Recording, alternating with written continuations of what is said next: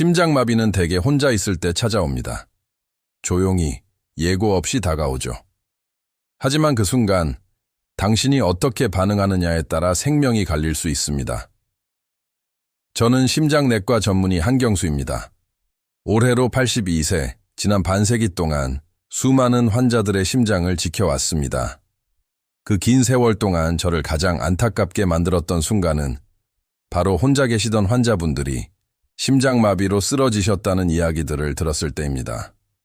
많은 분들이 심장마비가 오면 그냥 퍽 쓰러지고 끝이라고 생각합니다. 하지만 현실은 다릅니다. 실제로 환자 중 약 70%는 증상이 시작된 후에도 10분 이상, 때로는 15분 이상 생명을 건질 수 있는 골든타임을 갖고 있습니다. 문제는 대부분의 사람들이 이 시간을 어떻게 써야 할지 모른다는 겁니다.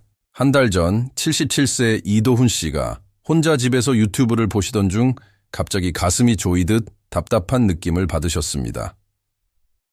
예전 같았으면 당황해서 어찌할 바를 몰랐겠지만 며칠 전 제가 알려드린 7단계 대처법을 기억하고 차례차례 실행에 옮기셨습니다. 결국 그는 무사히 병원에 도착했고 지금도 건강하게 지내고 계십니다. 이 영상을 보시는 여러분, 만약 같은 상황이 여러분에게 닥친다면 어떻게 하시겠습니까? 일구를 부르고 그저 기다리는 게 전부일까요? 아니면 그 짧은 시간 안에 할 수 있는 모든 것을 해보시겠습니까? 오늘 저는 병원도 장비도 없이 혼자 있을 때도 생명을 지킬 수 있는 가장 실용적이고 검증된 방법들을 알려드리려 합니다. 특별한 의학 지식은 필요 없습니다. 누구나 할 수 있고 지금 이 순간 익혀두면 언젠가 생명을 구할 수 있는 방법입니다. 그리고 영상 마지막에는 응급 상황에서 스스로를 지키는 황금 설정법도 함께 소개해드릴 예정입니다. 절대 중간에 멈추지 마세요. 지금부터 제가 말씀드릴 7가지 대처법은 반드시 순서대로 따라야 합니다. 중간에 하나라도 빠뜨리면 생존 가능성이 낮아질 수 있기 때문입니다. 첫 번째 단계는 매우 간단하면서도 가장 중요합니다. 심장마비가 의심될 만한 증상을 느꼈다면 즉시 모든 활동을 멈추는 것입니다. 무엇을 하고 있었든지 간에 그 즉시 정지하세요. 심장마비의 전형적인 증상은 가슴 중앙 부위의 극심한 통증입니다. 마치 무거운 물건이 눌러 앉은 듯한 느낌, 흔히 코끼리가 가슴을 짓누른다고 표현합니다. 이 통증은 왼쪽 팔, 턱, 목 등으로 퍼질 수 있으며 15분 이상 지속되는 경우가 많습니다.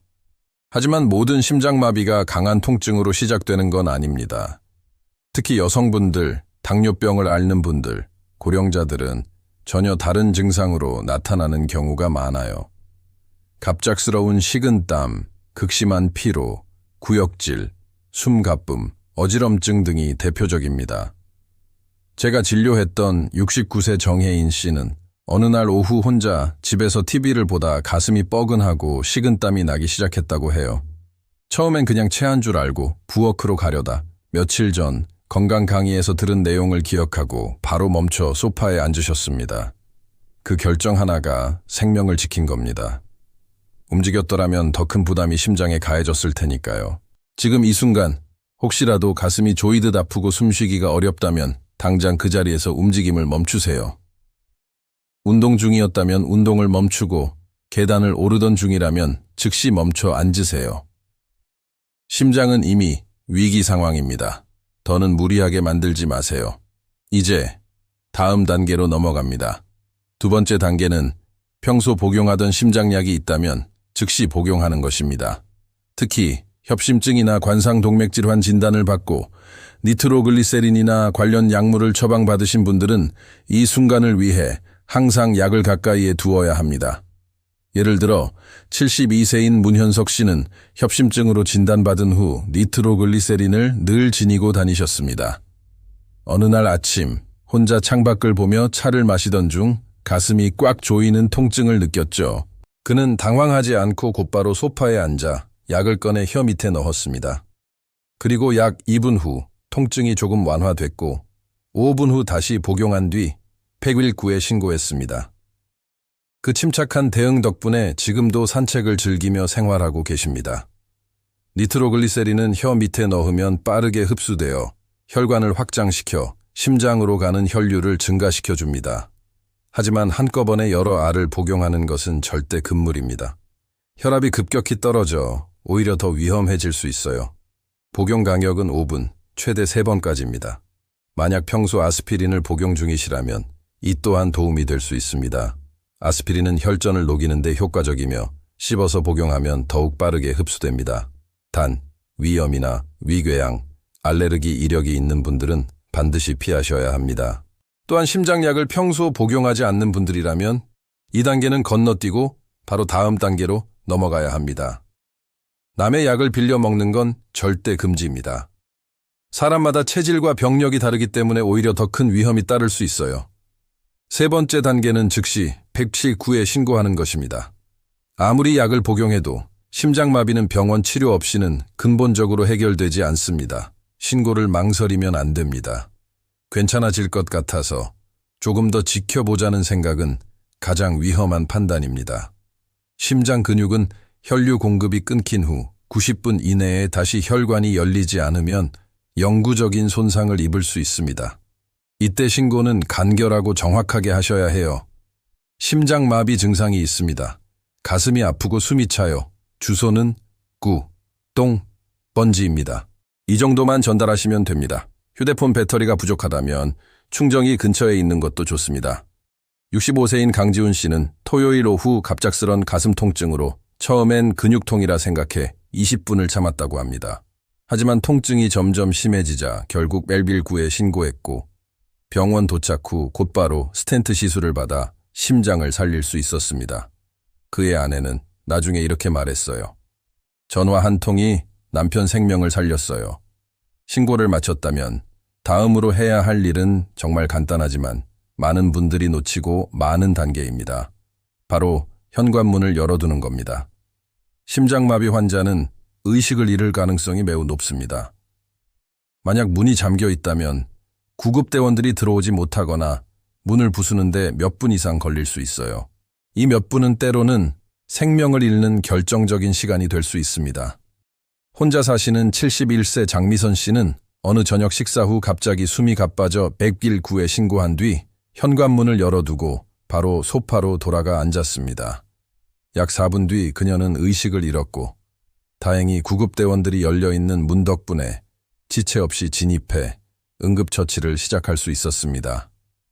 이후 병원에서도 후유증 없이 회복하셨고 지금도 이웃들과 소풍을 다니며 건강하게 지내고 계십니다. 문을 열 때는 현관뿐만 아니라 대문까지 열어두는 것이 가장 이상적입니다. 구급대원들은 들것과 장비를 가지고 들어오기 때문에 문이 열려 있어야 빠르게 대응할 수 있어요. 또한 애완동물이 있다면 다른 방에 격리해두는 것도 중요합니다. 응급 상황에서 반려동물이 구조를 방해할 수도 있거든요. 그리고 또 한 가지, 평소에 가족들에게 집 비밀번호나 열쇠 위치를 알려두는 것도 매우 중요합니다. 혼자 사시는 분이라면 스마트 도어락을 설치해두고 비상시 가족에게 번호를 전달할 수 있도록 준비하세요. 이제 집 문까지 열었다면 다음 단계는 몸의 자세를 바로잡는 것입니다. 심장마비가 의심될 때 5번째로 해야 할 일은 올바른 자세를 취하는 것입니다. 이건 단순해 보이지만 생존 확률에 큰 영향을 미칠 수 있는 결정적인 단계예요. 가장 좋은 자세는 바닥이나 침대에 등을 대고 다리를 약간 구부린 상태로 눕는 것입니다. 무릎 아래에 쿠션이나 베개를 받쳐주면 혈액순환이 원활해져 심장의 부담을 덜어줄 수 있어요. 이렇게 하면 심장으로 돌아가는 정맥 혈류가 증가해 혈압을 안정시키는 데 도움이 됩니다. 하지만 호흡이 너무 가쁘거나 눕기 힘들 정도로 불편하다면 상체를 30도에서 45도 정도 세운 반쯤 앉은 자세가 좋습니다. 소파나 등바디가 있는 의자를 이용하세요. 중요한 건 자세가 안정되고 숨쉬기 편해야 한다는 점입니다. 69세 이민호 씨는 어느 날 혼자 화장실에 있다가 갑작스럽게 어지럽고 가슴이 답답한 느낌을 받았다고 합니다. 처음엔 그저 기운이 없는 줄 알았지만 몇 초 뒤에 심상치 않다는 것을 느끼고 화장실 문을 열고 거실로 나왔죠. 이후 바닥에 완전히 눕기보다는 소파에 등을 기대 반쯤 누운 자세를 유지했습니다.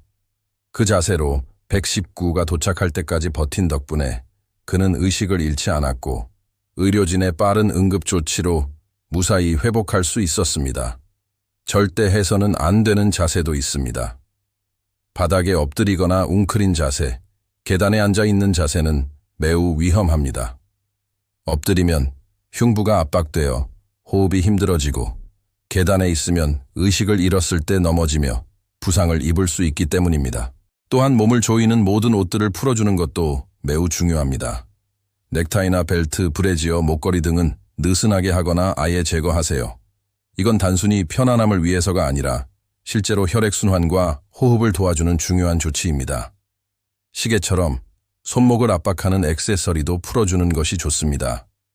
천을 유지하는 것도 생명과 직결됩니다. 심장 기능이 떨어지면 천이 급격히 떨어질 수 있기 때문입니다. 담요나 이불로 몸을 덮되 너무 무겁지 않은 것을 선택하세요. 따뜻하지만 압박감이 없는 것이 좋습니다. 자세를 안정시켰다면 이제 6번째 단계입니다. 바로 가족이나 이웃에게 연락하는 것입니다. 이미 109에 신고했다 하더라도 누군가와 함께 있는 것만으로도 심리적인 안정이 됩니다. 특히 혼자 있는 경우 의식이 흐려지기 전에 가능한 빨리 연락을 취해야 합니다. 74세 조민호 씨는 평소엔 연락을 잘 안 하시는 분이었지만 심장마비 증상이 왔을 때는 평소 다정했던 옆집 할머니에게 전화를 걸었습니다. 짧게, 지금 가슴이 아프고 벨99 불렀어요. 집에 좀 와주세요. 라고만 말했죠. 그 한 통의 전화 덕분에 구조대가 도착할 때까지 옆집 할머니가 곁을 지켜주셨고 의료진도 가족이 올 때까지 필요한 정보를 쉽게 얻을 수 있었습니다. 연락할 때는 너무 많은 사람에게 알릴 필요 없습니다. 체력을 아껴야 하니까요. 한두 명 정도면 충분합니다. 특히 평소에 응급 연락망을 정해두는 것도 중요합니다. 휴대폰에 긴급 연락처로 저장해두면 구조대원이 쉽게 가족에게 연락할 수 있습니다. 혹은 냉장고나 현관에 연락처를 적어 붙여두는 것도 좋은 방법입니다. 구급대원들은 그 종이를 보고 신속하게 대응할 수 있어요. 이제 마지막이자 가장 중요한 단계입니다. 바로 호흡입니다. 이건 생명을 지키는 진짜 핵심입니다.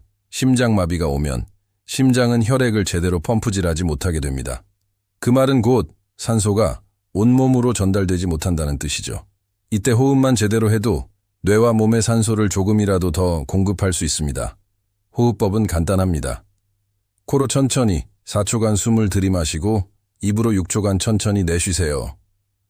이걸 사육호흡법이라고 합니다. 숨을 참거나 급하게 쉬지 마세요. 천천히, 길고 깊게, 가슴이 아닌 배로 호흡하세요. 손을 배에 얹고 숨을 들이쉴 때 배가 올라오는 걸 느끼는 복식호흡이 좋습니다. 67세 최은영 씨는 요가를 오랫동안 하셔서 복식호흡에 익숙하셨는데요. 심장마비 증상이 왔을 때 그 호흡법을 떠올려서 계속 유지하셨고 의식도 유지된 채 병원까지 도착하셨습니다. 당시 응급실 의사들도 호흡이 안정적으로 유지되어 뇌 손상이 없었다고 평가했죠.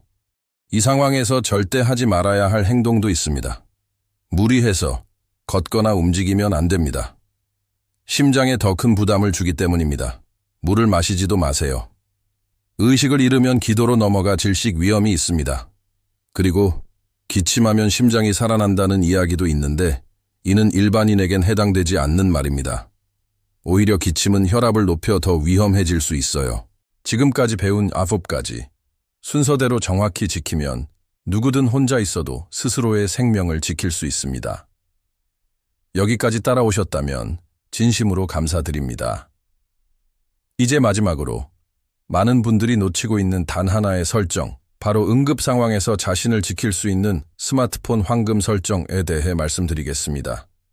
사람이 의식을 잃은 상황에서는 말 한마디, 움직임 하나조차 불가능합니다. 그럴 때 나 대신 나를 설명해 줄 수 있는 도구가 있다면 얼마나 좋을까요? 그게 바로 스마트폰의 의료 정보 설정입니다. 아이폰을 쓰신다면 건강 앱에, 안드로이드 사용자라면 긴급 정보 항목에 의료 정보를 등록해 두세요. 예를 들어 본인의 혈액형, 복용 중인 약물, 알레르기 유무, 지병, 그리고 가장 중요한 응급 연락처를 넣어두는 겁니다. 이 정보는 잠금 화면에서도 확인할 수 있도록 설정이 가능해요. 구급대원이 현장에서 바로 열람해서 그에 맞는 응급조치를 빠르게 진행할 수 있습니다. 76세 정문식 씨는 혼자 쓰러진 상태로 발견되셨지만 다행히 구급대원이 그분의 스마트폰에서 와파린이라는 혈액 희석제를 복용 중이라는 정보를 확인하고 출혈성 질환에 주의하여 치료할 수 있었습니다. 그 설정 하나가 생명을 지킨 결정적 역할을 한 것입니다. 이 모든 과정을 들으면서 혹시 나는 괜찮겠지 라고 생각하셨나요? 그렇지 않습니다. 심장마비는 전혀 예고하지 않고 누구에게나 찾아옵니다. 평소에 운동도 하고 건강하다고 느끼는 분들이 갑작스럽게 쓰러지는 경우가 오히려 많습니다. 그래서 오늘 이 영상을 끝까지 시청하셨다는 것만으로도 여러분은 이미 절반의 준비가 된 셈입니다. 특히 혼자 계시는 부모님이나 지병이 있는 가족 혹은 독거 어르신들이 계시다면 꼭 이 내용을 공유해 주세요. 오늘 배운 7단계는 단순히 지식이 아니라 바로 실천 가능한 생존의 기술입니다. 그리고 이 모든 방법들 결코 의사만 알고 있어야 할 정보가 아닙니다. 누구나 알아야 하고 누구나 준비해야 합니다. 저는 지난 50년간 심장마비 환자들을 치료하면서 뼈저리게 깨달았습니다.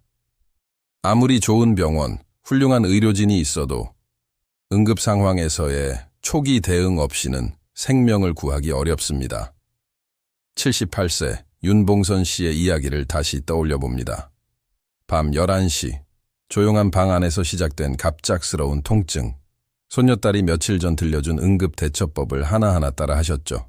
문을 열고 자세를 취하고 신고하고 조용히 호흡하며 기다리셨습니다. 그리고 지금도 건강하게 손녀와 손잡고 산책을 즐기고 계십니다. 그분이 제게 하신 말씀이 있습니다. 그 순간 두렵기보단 내가 할 수 있는 것들을 해보자는 마음이 들었어요. 그것이 저를 살렸습니다. 맞습니다. 위기는 누구에게나 옵니다. 하지만 준비된 사람은 그 위기를 기회로 바꿀 수 있습니다. 여러분도 이제 준비된 사람입니다. 이 지식은 단순한 정보가 아니라 누군가의 생명을 구할 수 있는 행동의 힘입니다. 이제 영상이 끝났지만 오늘 이 이야기와 경험은 여러분의 일상 속에 남길 바랍니다. 매일 약을 챙기고 응급 연락처를 확인하고 스마트폰 설정을 점검하고 가족과 함께 응급시 대처 방법을 공유하는 습관만으로도 우리는 더 많은 생명을 지킬 수 있습니다. 혹시 이 영상이 도움이 되셨다면 좋아요와 구독을 눌러주세요. 무료이면서도 앞으로도 더 많은 건강 정보를 지속적으로 받으실 수 있습니다. 그리고 가장 중요한 건 이 내용을 단 한 사람에게라도 전달해 주세요. 여러분의 손끝이 누군가의 가슴을 다시 뛰게 만들 수 있습니다. 건강은 준비하는 사람의 것입니다. 우리는 결코 혼자가 아닙니다. 오늘도 건강한 하루 되시길 바라며 다음 이야기에서 다시 뵙겠습니다. 감사합니다.